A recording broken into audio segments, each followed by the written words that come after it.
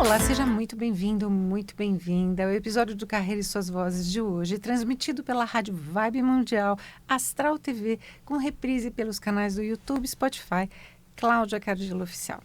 Eu sou Cláudia Cardillo e no programa de hoje nós falamos, além de carreira, negócios e empreendedorismo, nós vamos falar sobre o lançamento de um livro que eu vou mostrar daqui a pouquinho para você, mas que fala sobre uma visão futurista juntamente com a inteligência artificial. E para falar sobre esse assunto, eu trago o escritor, mentor e palestrante Fabiano D'Agostinho. Seja muito bem-vindo. Muito obrigado, Cláudia. É um prazer estar aqui. Que delícia, já vi que o papo vai render assunto, porque eu adoro falar sobre inteligência artificial.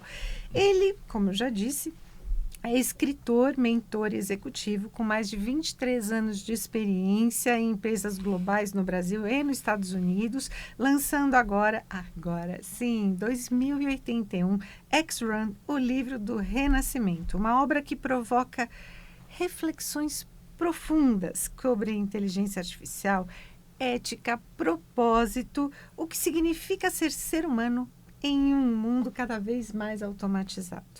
Sua história pessoal é marcada por um processo intenso de ressignificação após se tornar cadeirante aos 26 anos de idade, o que não só inspira o livro, mas também a sua situação como mentor e líder, ajudando profissionais e organizações a repensarem o futuro do trabalho. Com vocês, Fabiano D'Agostinho. Que conversa que vai ser assunto para outros episódios também, né? Que ótimo. O que te motivou, Fabiano, a escrever sobre inteligência artificial, sobre a criação de um mundo em 2081, com elementos da sua própria trajetória pessoal que influenciam a narrativa do livro? Ótimo. Excelente pergunta. E assim, a ideia, ela nasceu através de uma conversa que eu tive com uma sobrinha que há 3 anos atrás estava naquele dilema de escolher o que fazer, o que cursar na faculdade. E eu pensei, na hora que ela estava ali, né, falando, eu gosto disso, mas eu quero fazer isso porque o pessoal acha que essa profissão é mais importante. Aí eu pensei, mal sabe ela que daqui a 4 ou 5 anos, quando ela estiver colando grau, a profissão que ela escolheu talvez nem exista mais. Ou, se existir, vai estar completamente modificada. Principalmente porque a pessoa ela precisa se adaptar ao momento e se qualificar nos softwares da área dela, né? Hoje a gente investe muito mais em inteligência emocional do que em inteligência artificial, porque ela faz parte do nosso dia a dia. Eu imagino que o livro ele seja sobre a ficção como uma forma poderosa de refletir sobre a realidade e projetar futuros possíveis. Como 2081 X-Run ajuda líderes e profissionais a pensarem sobre um futuro do trabalho e da sociedade. Esse é um ponto interessantíssimo. E o que você falou sobre sistemas que cada pessoa, cada profissional vai ter que dominar, eu vou muito além disso, porque todo profissional no futuro, e é um futuro a curto prazo, ele tem que ser um profissional de tecnologia, independente da área. Não tem mais como ficar de fora. É como se fosse uma pessoa que há um tempo atrás a gente falava, não fala inglês, então está fora do mercado. Então a pessoa tem que conhecer tecnologia. E isso traz muitos impactos. Muitos impactos. Em que sentido e em que aspecto? Em diversos, tanto do ponto de vista social, em relação à sociedade, e aí a gente esbarra em questões éticas, inclusive, e no mercado de trabalho, assim, os impactos são gigantescos, inclusive relacionado à falta de emprego, porque a IA, ela vai eliminar muitos empregos. Outros serão criados, sem dúvida, e né, essa discussão ela já existe há muito tempo, desde a Revolução Industrial, lá no século XIX, em que tantos empregos vão ser extintos, sim, mas outros foram criados.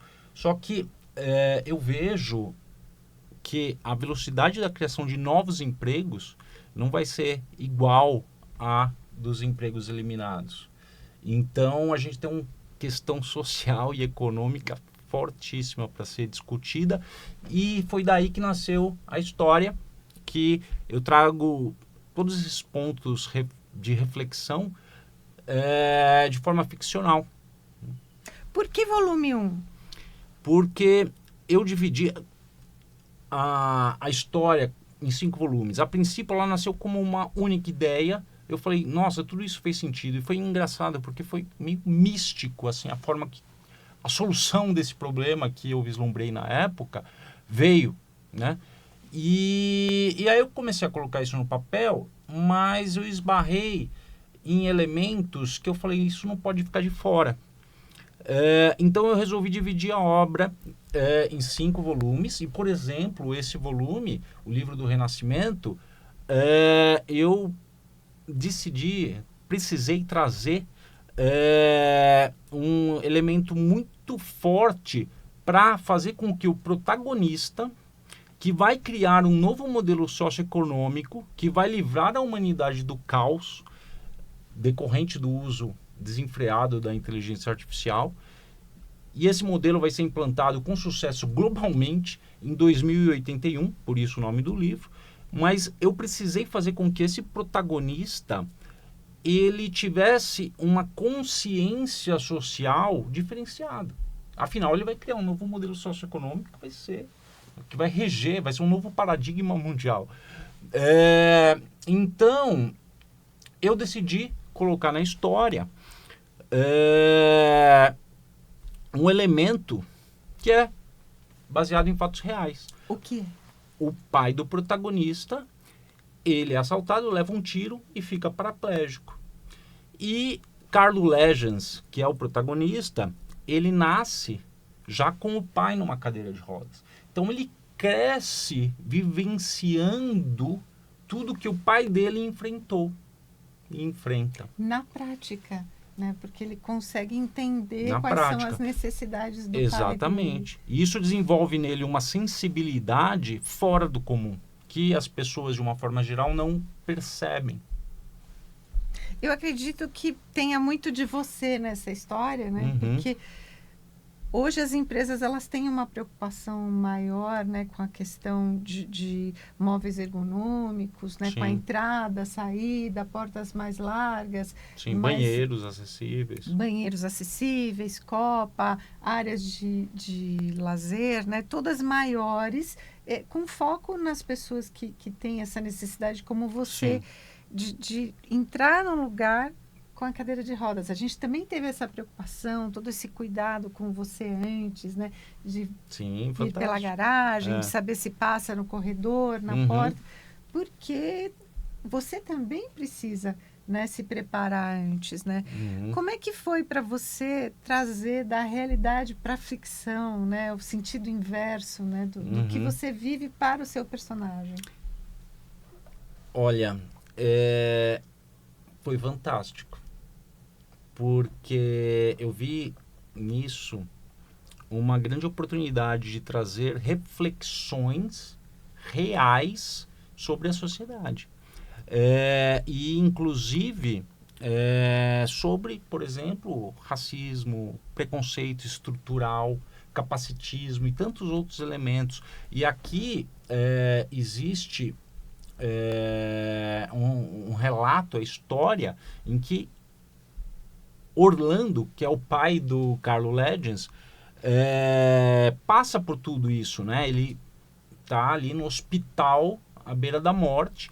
Então ele renasce. Por isso também o nome do primeiro volume, né? O Livro do Renascimento, mas não é só esse o motivo. Aí eu deixo uma pitada de curiosidade. Eu imagino, como adoro ficção, né, que seja a origem ao contrário, né, como fazem nos filmes, né? Mas vamos deixar para depois, porque são 5 volumes. Imagina quantas vezes ele vai voltar aqui para falar, Exatamente. né? E você estava contando aqui sobre esse episódio que transformou a sua vida aos 26 anos, né? Uhum. Você criou uma metodologia própria baseada na ressignificação de desafios, né? Uhum. Como essa vivência molda a forma como você desenvolve os líderes hoje? baseado na minha própria experiência, né? Porque esse fato, essa tragédia, não impediu que eu crescesse profissionalmente e também como ser humano. Tanto que, após tudo isso, eu casei, tive um filho, cresci profissionalmente, fiz teatro, por exemplo, e fez parte da minha superação. Essa história está aqui. Eu abri numa página aleatória que tem uma frase do Chaplin. É fantástica. A vida é uma peça de teatro que não permite ensaios. Por isso, cante, chore, dança, ria e viva intensamente, antes que a cortina se feche e a peça termine sem aplausos. Esse aqui é você, né? Você vê, e eu fui extremamente cuidadoso. Cada capítulo do livro, ele tem duas quotes, duas máximas de grandes pensadores, grandes personalidades. E todas essas quotes, elas são muito relacionadas ao tema do capítulo, né? E, por exemplo, esse é uma frase extremamente forte, né? Que tem tudo a ver com esse capítulo, que é o teatro, né? Para a vida, né? E que eu relato todo esse aprendizado. E isso é um aprendizado de fato na minha existência, na minha vida ali, porque eu aprendi que não adianta claro, a gente tem que se preparar, ensaiar ou planejar o que a gente quer ser, né? Ou para onde a gente vai, só que a gente tem que estar preparado também para os imprevistos. E o que o Chaplin fala, né? Não permite ensaios, é ali, aqui, agora.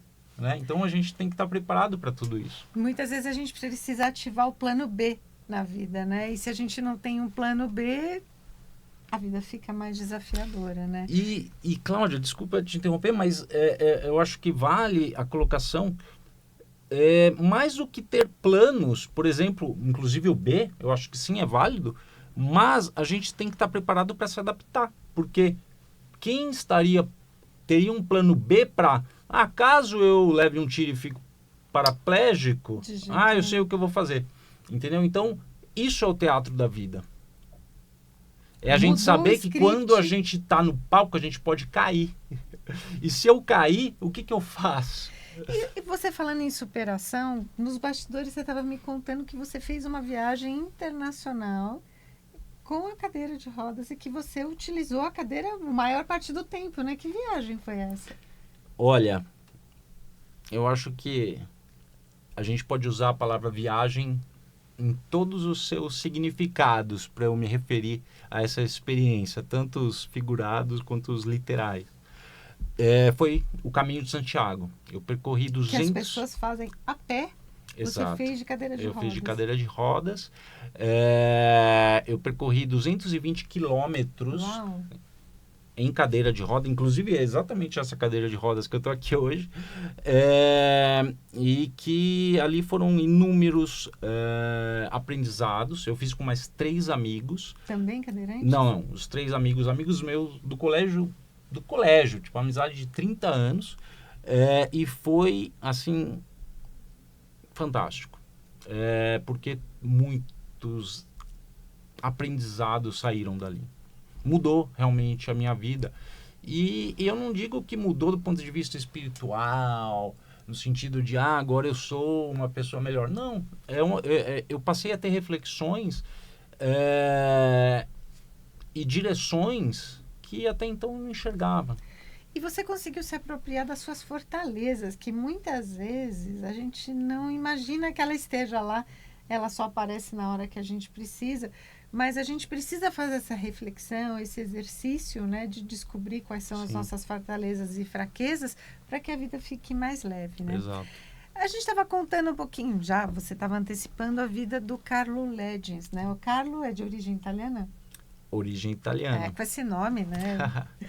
Ele vive uma jornada de consciência e transformação, né? Como é que essa narrativa ela dialoga entre os dilemas que você observa atualmente em executivos, equipes e organizações? É um bom ponto. E assim, por quê? Tá, Cláudia? Porque ele começa a questionar a sociedade, a humanidade, desde pequeno, por várias questões que são normais a qualquer pessoa adolescente, na fase de crescimento, que aí entra aquilo, poxa, eu não sou aceito, ou será que eu realmente sou diferente, né? Então são questões próprias, internas, e também vendo aquilo que, como eu mencionei, o pai dele viveu. Então ele começa a ter muitas reflexões sobre tudo isso, e que eu entendo que o profissional do futuro, e aí respondendo a sua pergunta, tem que ter esse tipo de reflexão, porque ela esbarra na ética. E se a pessoa usar a inteligência artificial sem consciência social, a gente está em maus lençóis.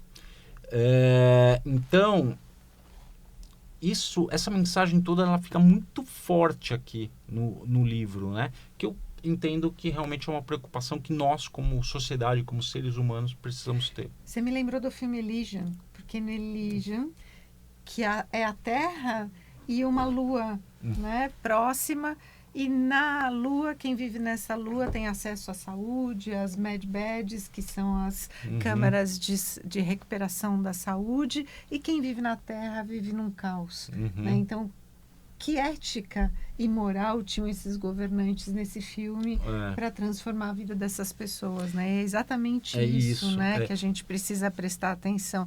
Uma excelente reflexão. Se me permitir, inclusive nessa linha de filmes, né? Em uma série nacional chamada 3%. Não sei se você já viu. Não. Ela é muito isso. Em que nessa série tem 2 mundos, né? Um é perfeito, em que as pessoas têm tudo, abundância total, e o resto do mundo, que são os 97% da população. E anualmente fazem um concurso, né? Os eleitos fazem um concurso para pegar novas pessoas para ir para o 3%. Por quê? Porque ao chegar nessa ilha dos 3%, eles são esterilizados. Não se tem mais filho. Por quê? Eles não querem correr o risco de filhos não serem tão inteligentes como os pais. Gente, que loucura, né? Vale a pena a dica aí para a gente poder assistir isso, né? Você fala sobre a importância de chegar junto e não apenas chegar primeiro algo que permeia também o seu livro, né? Que papel essa filosofia tem na sua atuação como mentor e advisor? Olha, Cláudia, esse foi um dos grandes aprendizados que eu tive no caminho de Santiago de Compostela, né? Por quê? As pessoas que estão ali fazendo o caminho, elas não estão preocupadas em chegar primeiro. Não é uma competição. Elas querem chegar. E quando elas encontram qualquer pessoa precisando de ajuda no meio do caminho, elas vão ajudar. Elas não vão te passar. Elas não vão deixar ninguém para trás. Com quem também está lá, né? Eu vou muito além da palavra empatia. Inclusive, empatia é uma palavra que eu não gosto de usar. Em outro momento a gente pode falar sobre isso, mas eu sou um pouco crítico em relação a essa palavra. Mas existe solidariedade, existe respeito, né, às diferenças, que é o que eu levo para as minhas palestras, né, para as consultorias que eu dou, entendeu? E para mim isso é fundamental. Esse aprendizado no caminho foi um dos mais fortes que eu tive. Eu acredito que sim, né? E quando você falou de empatia, eu imagino o quanto isso reverbere na sua vida, porque nós vivemos num mundo em que as pessoas só pensam em si. Sempre o si em primeiro lugar, né? Não é o mim, né?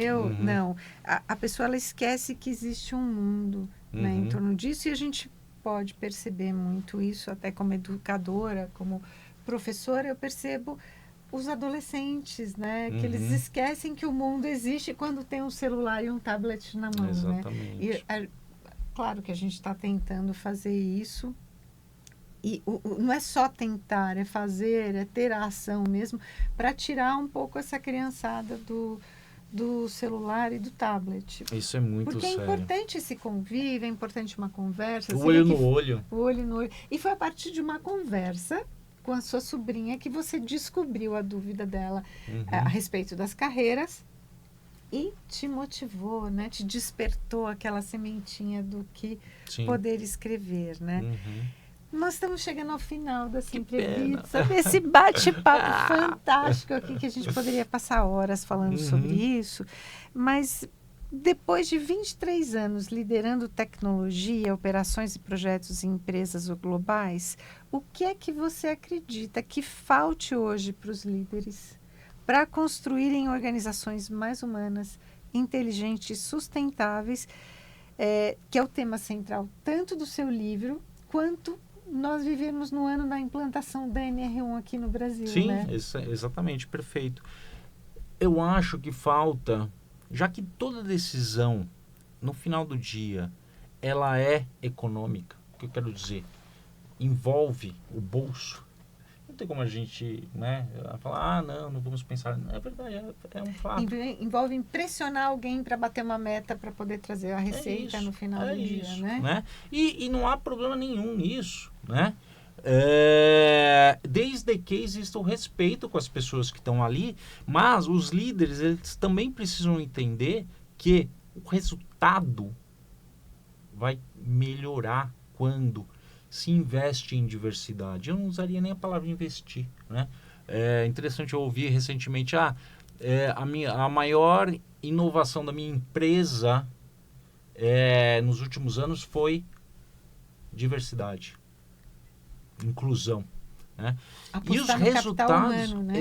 E os resultados são perceptíveis. Inclusive existem dados de pesquisa de McKinsey, entre outras, que mostram o quanto empresas que investem genuinamente, esse é um ponto importante, porque tem muitas que falam, nós nos preocupamos, e a pessoa vira uma cota, faz parte e entra na lei da cota. E aí, quando você falou, né, tipo, de se preocupar com o acesso ao lugar, né? Eu vou além, não é só o acesso ao lugar e acessibilidade, por exemplo, é uma palavra que não deveria existir, porque se a sociedade ela é inclusiva no momento zero, a acessibilidade seria natural, não teríamos que nos preocupar com isso. Aí não seria só no papel, né? Não seria o só artigo no papel. 5 da Constituição que fala que todos temos direito Exatamente. à saúde, à alimentação, à educação, né? E quando você falou, né, do acesso ao lugar, eu vou além, acesso ao ambiente. A pessoa tem que estar no ambiente. O que é o ambiente? É não só o ambiente físico, mas também o ambiente psicossocial, emocional, né, que está por trás disso, né? Que conversa deliciosa é essa, né? E você vai voltar aqui para a gente poder conversar mais sobre isso. Bom, quero saber onde que as pessoas compram o seu livro ou encontram você nas suas mídias sociais. Ótimo. Meu Instagram, @fabsdago, bemudo, FABSDAGO. LinkedIn também, Fabsdago. Também meu site, fabsdago.com.br, e lá é possível comprar o livro, inclusive ter acesso a outros livros e outras publicações que eu tenho, e lá também é possível comprar, e também tem na Amazon, né? Então se pesquisar na Amazon também vai achar. Que legal, esse aqui já é meu, tá autografado para mim, para Cláudia. Espero que esse livro possa trazer boas reflexões, com certeza trará, né? Gostei muito, muito obrigada, agradeço muito a sua presença aqui, que você volte mais vezes para a gente conversar. Eu que agradeço, Cláudia, foi um enorme prazer, adorei conversar contigo e espero sim poder voltar outras vezes. Uau, que conversa fantástica, né? Então, o que eu quero deixar de mensagem hoje é que o Fabiano nos lembra que os desafios podem ser transformados em fortalezas, e para isso você precisa descobrir quem você é em primeiro lugar, né? Então, o propósito de vida, a missão de vida, ela precisa ser despertada para que você viva com mais consciência nesse momento que nós antevemos o futuro. Fabiano, muito obrigado por compartilhar sua história, suas reflexões, seu livro e por nos lembrar que o verdadeiro avanço acontece quando a tecnologia e a humanidade caminham lado a lado, não é mesmo? É isso. Até o próximo episódio do Carreira e Suas Vozes.